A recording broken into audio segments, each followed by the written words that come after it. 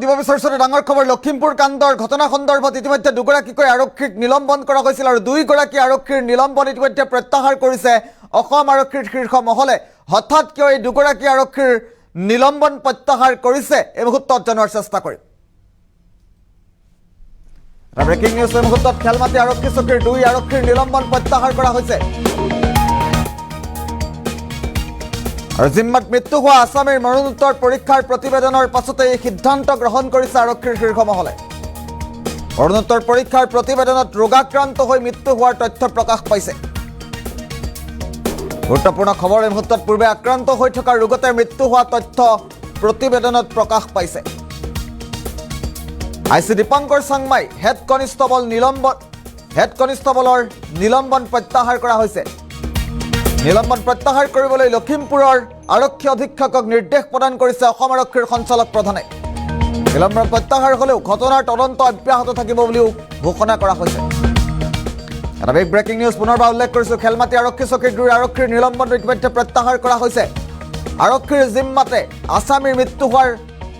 অভিযোগৰ পাছতেই এই দুগৰাকীকৈ আৰক্ষীক নিলম্বন কৰা হৈছিল আৰু অৱশেষত এই দুয়োগৰাকী আৰক্ষীৰ নিলম্বন প্ৰত্যাহাৰ কৰিছে অসম আৰক্ষীৰ শীৰ্ষ মহলে আৰু লখিমপুৰ আৰক্ষীক এই ঘটনা সন্দৰ্ভত নিৰ্দেশ প্ৰদান কৰিছে ডিজিপি জিপি সিঙে পূৰ্বে আক্ৰান্ত হৈ থকা ৰোগতহে মৃত্যু হৈছে লখিমপুৰৰ আশ্ৰফ আলী নামৰ লোকজন আৰক্ষীৰ জিম্মাত আৰক্ষীৰ অত্যাচাৰত মৃত্যু হোৱা বুলি অভিযোগ উত্থাপিত হৈছিল আৰু তাৰ পাছতে সমগ্ৰ ঘটনা উত্তেজিত হৈ পৰিছিল আৰু অৱশেষত মৰণোত্তৰ পৰীক্ষাৰ প্ৰতিবেদনত পোহৰলৈ আহিল পূৰ্বতে আক্ৰান্ত হৈ থকা ৰোগতহে মৃত্যু হৈছে আশ্ৰফ আলী নামৰ লোকজনৰ আৰু লখিমপুৰ কাণ্ডই মুহূৰ্তত লখিমপুৰ কাণ্ডই ৰাজ্য জোকাৰি গৈছিল আশ্ৰফ আলী নামৰ লোকজনে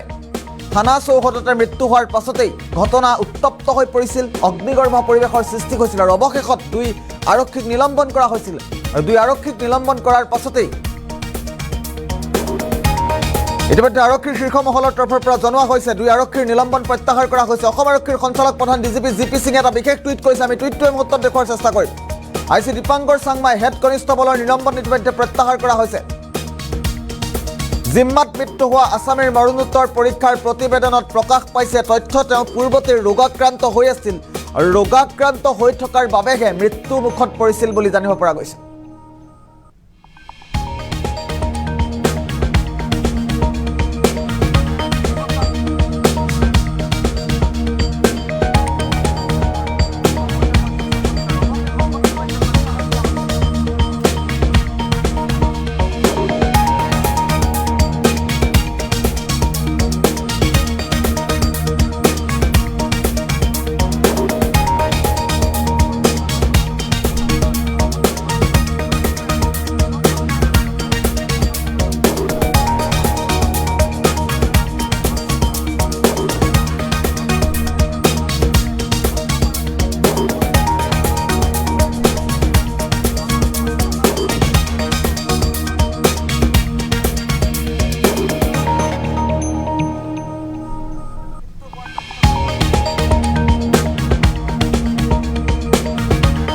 পুনৰবাৰ উল্লেখ কৰিছে এটা খুবেই গুৰুত্বপূৰ্ণ খবৰ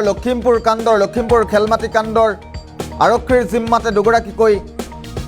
আৰক্ষীৰ জিম্মাতেই আশ্ৰফ আলী নামৰ এগৰাকী লোকৰ মৃত্যু হোৱাৰ অভিযোগ উত্থাপিত হোৱাৰ পাছতেই সমগ্ৰ ঘটনাই নতুন মূৰ লৈছিল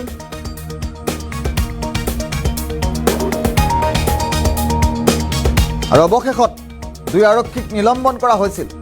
বৰ্তমান মুহূৰ্তত দুই আৰক্ষীৰে নিলম্বন প্ৰত্যাহাৰ কৰিছে অসম আৰক্ষীৰ শীৰ্ষ মহলে আইসি দীপাংকৰ চাংমাই